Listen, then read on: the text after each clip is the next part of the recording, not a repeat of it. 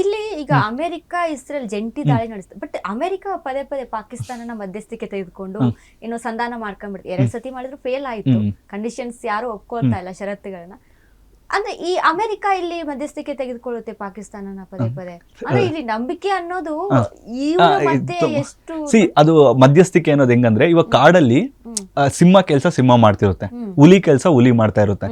ಓಕೆನಾ, ಎಲ್ಲರಿಗೂ ಒಂದು ಕಮ್ಯುನಿಕೇಟ್ ಆಗಿ ಕೆಲಸ ಮಾಡೋದು ಯಾವುದು? ಗುಳ್ಳೆನರಿ.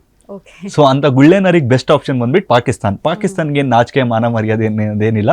ಸೊ ಅವ್ರು ಏನಕ್ಕಂದ್ರೆ ಇವಾಗ ಗುಳ್ಳೆನರಿ ಎಲ್ಲ ಕಡೆ ಹೋದಾಗ ಏನೋ ಒಂದ್ ಸ್ವಲ್ಪ ಸಿಗುತ್ತಲ್ಲ, ಹಂಗೆ ಪಾಕಿಸ್ತಾನ ಅವ್ರು ಅಮೆರಿಕ ಅವ್ರು ಹೇಳ್ದಂಗೆ ಹೇಳಿದ್ರೆ ಅವ್ರಿಗೆ ವರ್ಲ್ಡ್ ಬ್ಯಾಂಕ್ ಅಲ್ಲಿ ಲೋನ್ ರಿಲೀಸ್ ಆಗ್ಬೇಕಂದ್ರು ಅಮೆರಿಕ.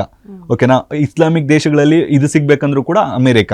ಸೊ ಇಡೀ ಒಂಥರ ಗುಳ್ಳೆನರಿ ವ್ಯವಹಾರ ಮಾಡೋದಕ್ಕೆ ಪಾಕಿಸ್ತಾನ ಅನ್ನೋದು ಬೆಸ್ಟ್. ಇವಾಗ ನಮ್ಮ ಇಂಡಿಯಾದಲ್ಲಿ ಮಧ್ಯಸ್ಥಿಕೆ ಮಾಡ್ತಿಲ್ಲ ಹಾಗೆ ಹೇಗೆ ಅಂತ ಹೇಳ್ತಾರೆ. ಫಸ್ಟ್ ತಿಳ್ಕೊಬೇಕು ಜಿಯೋಪೊಲಿಟಿಕಲ್ಸ್ ಅಂದ್ರೆ ಏನು, ಯಾವ ಟೈಮಲ್ಲಿ ಮಧ್ಯಸ್ಥಿಕೆ ಮಾಡಬೇಕು ಅಂತ. ಇವಾಗ ಆ ಎರಡೂ ದೇಶಗಳು ನಮ್ಮ ಹತ್ರ ಬಂದ್ವಾ, ಅಥವಾ ನಮ್ಮ ಒಂದು ಕ್ಲೋಸ್ ದೇಶಕ್ಕೆ ಯಾವ್ದಕ್ಕಾದ್ರೂ ಒಂದು ಪ್ರಾಬ್ಲಮ್ ಆಗಿದ್ಯಾ, ಅವಾಗ ನಾವು ಇದು ಮಾಡಬೇಕು. ಇಸ್ರೇಲು ಸ್ಟ್ರಾಂಗ್ ಇದೆ, ಅಮೆರಿಕಾನು ಸ್ಟ್ರಾಂಗ್ ಇದೆ, ಅವ್ರ ಹತ್ರ ನಾವು ಹೋಗಿ ಏನು ಮಧ್ಯಸ್ಥಿಕೆ ಮಾಡ್ತೀವಿ, ನಮ್ದೇ ಇಲ್ಲಿ ನಾವು ಮಾಡ್ಕೊಳಕ್ ಆಗ್ತಿಲ್ಲ. ಸೊ ಇವಾಗ ನಾವು ಮಧ್ಯಸ್ಥಿಕೆ ಅವ್ರು ಬಂದವಾಗ ನಾವು ಮಾಡ್ಬೋದು. ಅದು ಬಿಟ್ಬಿಟ್ಟು ಪಾಕಿಸ್ತಾನ ತರ ಅದೇ ಗುಳ್ಳೆನರಿ ವ್ಯವಹಾರಗಳು ಬೇಡ ಅಷ್ಟೇ.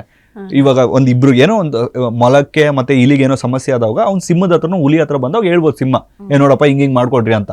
ಅದ್ ಬಿಟ್ಬಿಟ್ಟು ಗುಳ್ಳೆನರಿ ತರ ಎಲ್ಲರ ಹತ್ರ ಹೋಗ್ಬಿಟ್ಟು ನಾವು ಮಾಡ್ತೀವಿ ಅಂದ್ರೆ ಆಗಲ್ಲ.